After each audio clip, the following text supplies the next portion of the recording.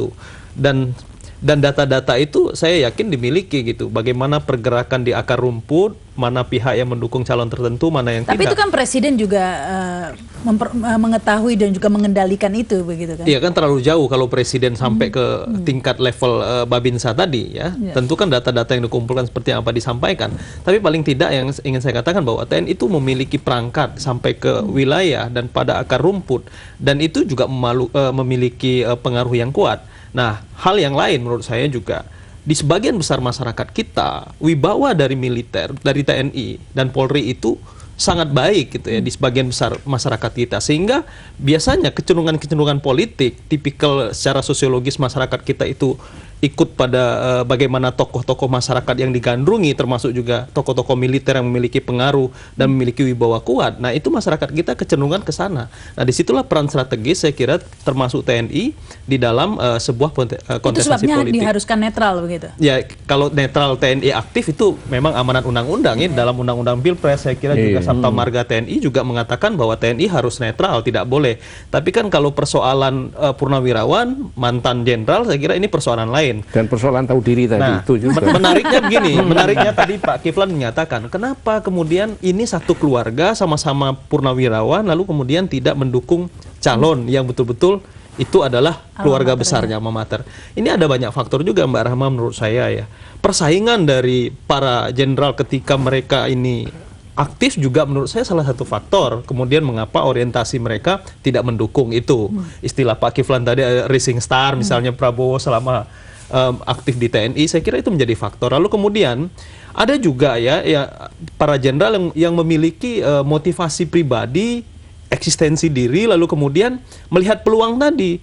Di antara kedua tokoh ini, peluang yang paling besar menang adalah ini, jabatan politik nanti yang memungkinkan didorong adalah ini, maka kecenderungan seperti ini. Jadi ada juga militer pun ketika mereka jadi sipil juga sama juga dengan sipil. Ada juga yang memiliki orientasi pragmatis. Jadi hampir sama juga, namanya juga manusia kan, jenderal juga manusia menurut saya.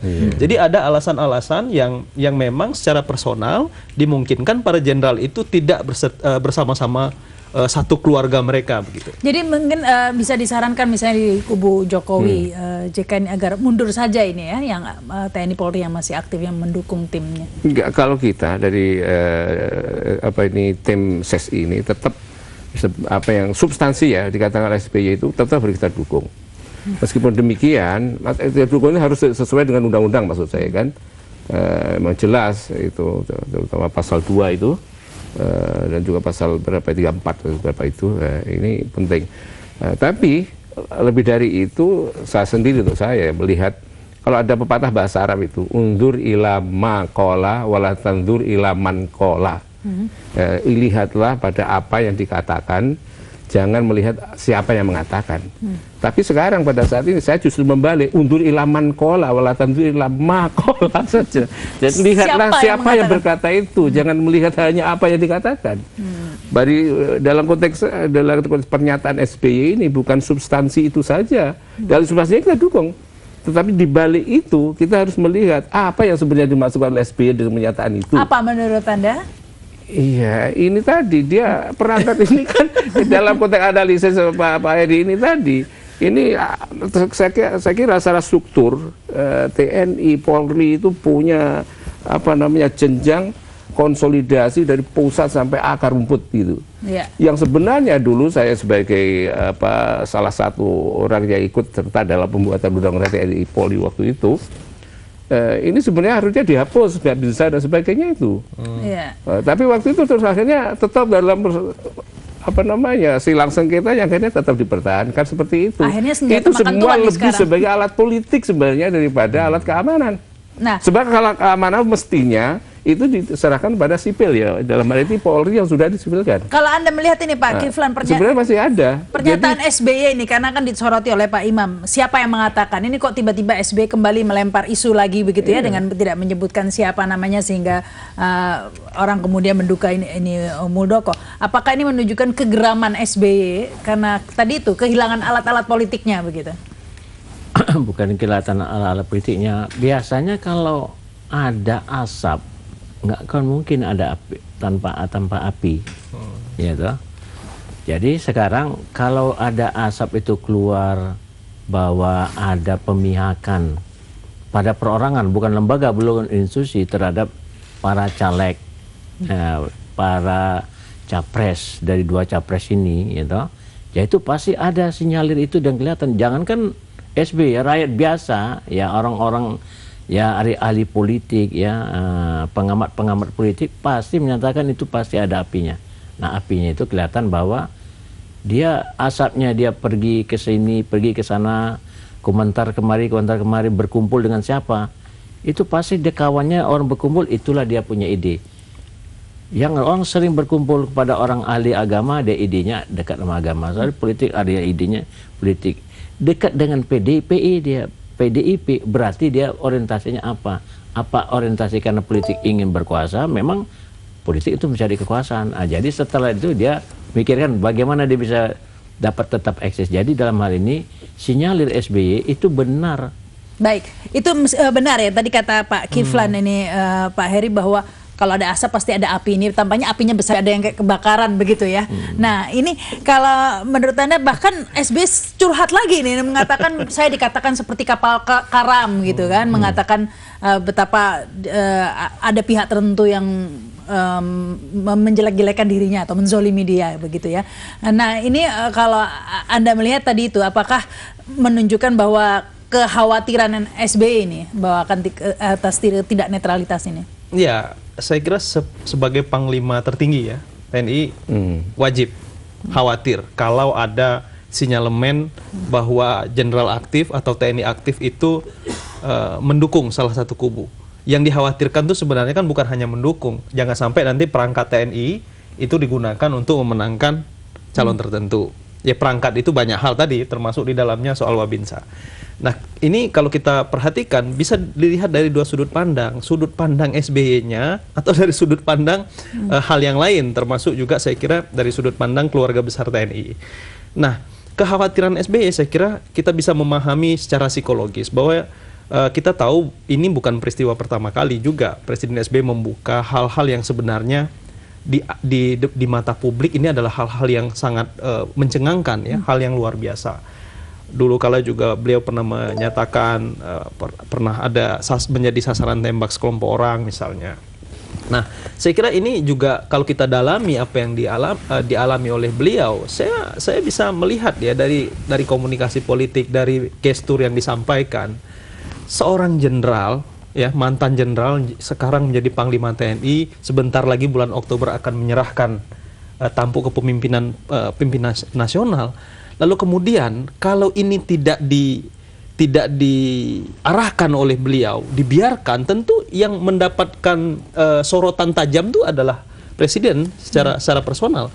Saya kira informasi yang masuk ke beliau bukan informasi sembarangan. Saya yakin bahwa dikatakan misalnya ada sinyalemen jenderal yang aktif, saya kira itu saya melihat dari luar ya. Pasti ada informasi yang menyampaikan kepada beliau, cuma memang ya, saya kira momentum penyampaiannya itu terlihat juga oleh publik, kemudian dibaca oleh publik. Tapi kan keterpihakan jenderal aktif ini kan sebenarnya bukan pada Pilpres ini saja begitu ya. Pada Pilpres sebelumnya tidak menutup kemungkinan pemenangnya menggunakan alat politik yang sama. Itu kan sudah terjadi tahun 2004, 2009, itu kan bahkan ada rekamannya beredar, kan itu juga disampaikan Presiden SBY pada hari Senin. Nah ini kan yang dikhawatirkan, makanya jangan sampai TNI aktif itu melanggar daripada mekanisme baik undang-undang pemilu maupun sumpah prajurit itu sendiri menurut saya. Nah ini yang menjadi penting. Nah banyak orang kemudian banyak pihak termasuklah kita semua melihat bahwa ini adalah sebuah persoalan yang sangat krusial. Memang ya menurut saya betul apa yang disampaikan oleh SBY, kalau memang para jenderal aktif itu ingin terjun ke dalam politik ya mundur saja gitu ya. Baik, kita harus break dulu, kita putus dulu. Pemirsa, ada berita segera kembali.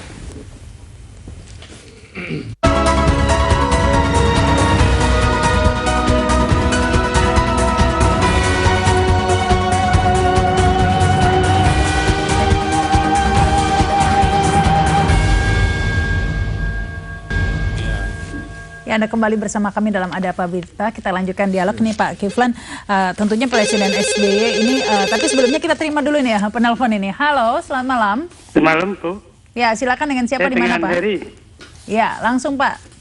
Ya, kalau menurut saya apa yang dikatakan Pak SBY itu betul. Karena pernah kan kejadian tahun 2004 Kapolres Kebumen itu kan terus terang mengarahkan stafnya untuk mendukung Megawati pada pemilihan 2004, Pak.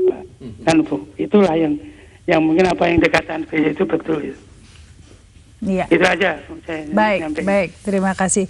Ini tampaknya sering seperti itu digunakannya. Nah, kalau ada kejadian seperti itu, Pak Kiflan, kalau menurut Anda sebagai presiden, tentunya ini informasinya yang diperoleh bukan sembarangan begitu ya, dan sudah dikonfirmasikan kebenarannya begitu.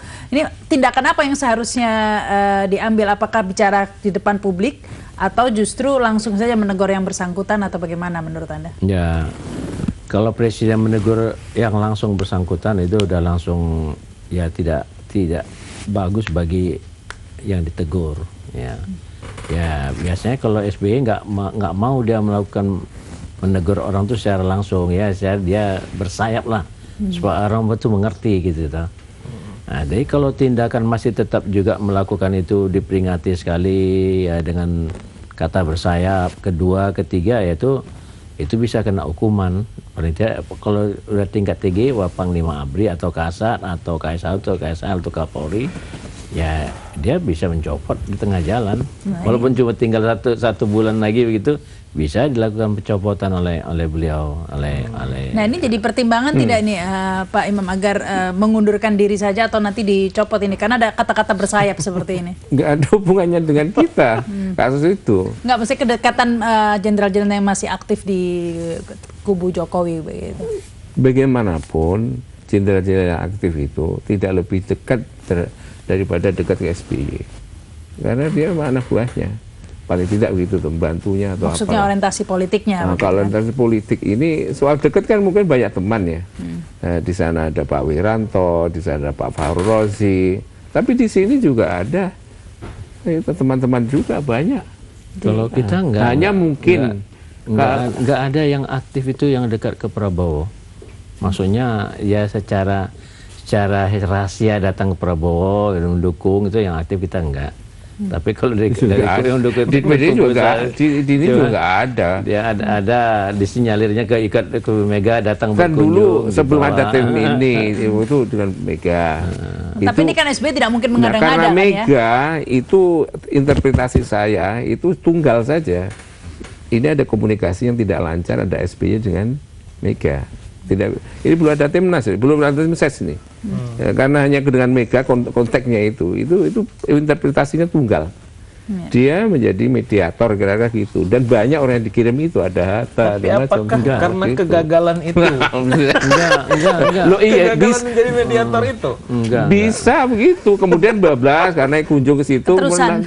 Nanti ini ini kan semuanya penafsiran dia ini menurut pendapat saya, tapi realitasnya tidak. Memang datang dibawa oleh seorang pengusaha kepada Ibu Mega, ya toh, untuk bisa dicalonkan menjadi cawapres. Ini bukan dasarnya isu, Mega, bukan dasarnya isu. Itu kan isu boleh jadi boleh tidak. Tapi sebagai seorang presiden, kalau sudah melakukan kata-kata begitu, itu pasti sudah terjadi. Tapi kalau soal kekhawatiran begini, ini penafsiran kekhawatiran, SBY ini juga khawatir juga. Masa sebagai presiden ini pemilu sudah mau berlangsung, tinggal ngitung hari, lisannya juga cawapres, dulu juga tim suksesnya, dia nggak mengatakan apa-apa. Nanti kalau nggak mengatakan begini, nanti dia nggak bersih dong. Ini hanya cuci tangan sebenarnya, supaya dia agak bersih aja begitu. Itu soal pencitraan yang biasa berlangsung. Saya itu orang dekat dari kampungnya SBY itu. Maka hafal dengan tradisi itu, lebih hafal dari Pak Kiflan. Lebih dekat dari Pak Kiflan kampung. Pak Kiflan itu hanya militer tahunya. Saya itu kalau soal militer, Pak, ikut seminar internasional, dan defense studies di China, kalau di cuma mana. ikut seminar pengetahuan segini. Tapi itu nggak kalau penting. kita praktisi sebagai seorang militer, Tapi nggak penting. tonton segini. Jadi soal orientasi jangan mengatakan itu lebih hebat kultural. daripada militer nih. Ya. Bukan, Walaupun dia jadi di nggak ada Komisi hubungannya Satu dengan itu. Pertahanan, Ini soal orientasi kultural, memahami SBY, jiwa dan kulturalnya. Saya lebih paham daripada Pak Kiflan. Saya lebih paham karena Itu. saya membina dia Karena waktu masih Pak Kiflan taruna. itu tidak di situ. Ya, ini Jadi mungkin filosofinya dari itu pihak menurut ketiga. saya begitu. Jadi gini, SBY membuat begitu itu sama dengan teori filsafat. Teori filsafat itu untuk membuat suatu teori kebenaran ada mitos. mitos itu dibuat, nanti ada teorinya. SBY itu untuk melakukan itu membuat cerita, kisah, dan kemudian itu dikonstruksi sebagai satu sinyalemen yang seolah-olah benar. Gitu, Nah, ini akibat biasa. kata-kata bersayap itu ya, sehingga bisa ditafsirkan seperti penafsiran Pak Imam, bisa juga ditafsirkan seperti Pak Kiflan. Nah, ini kita putus lagi, kita terima telepon lagi. Halo, selamat malam. Ya, halo, selamat malam. Halo, malam, Mbak. Ya, silakan dengan Ini siapa ada di mana, Pak? Komentar sedikit. Ya, silakan. Nah, timbulnya Pak SBY itu sampai menyampaikan kepada jajaran, itu sebetulnya keterlambatan dari Pak Muldoko. Kalau Pak Muldoko cepat menyampaikan awal-awal, disitulah akan ada clear jadinya. Dengan adanya hal yang semacam ini, akhirnya ya yang jadi korban ya Pak Muldoko sendiri. Harusnya sebagai seorang jenderal dia harus paham hal ini. Itu aja saran saya. Itu yang saya katakan tadi. Maksudnya?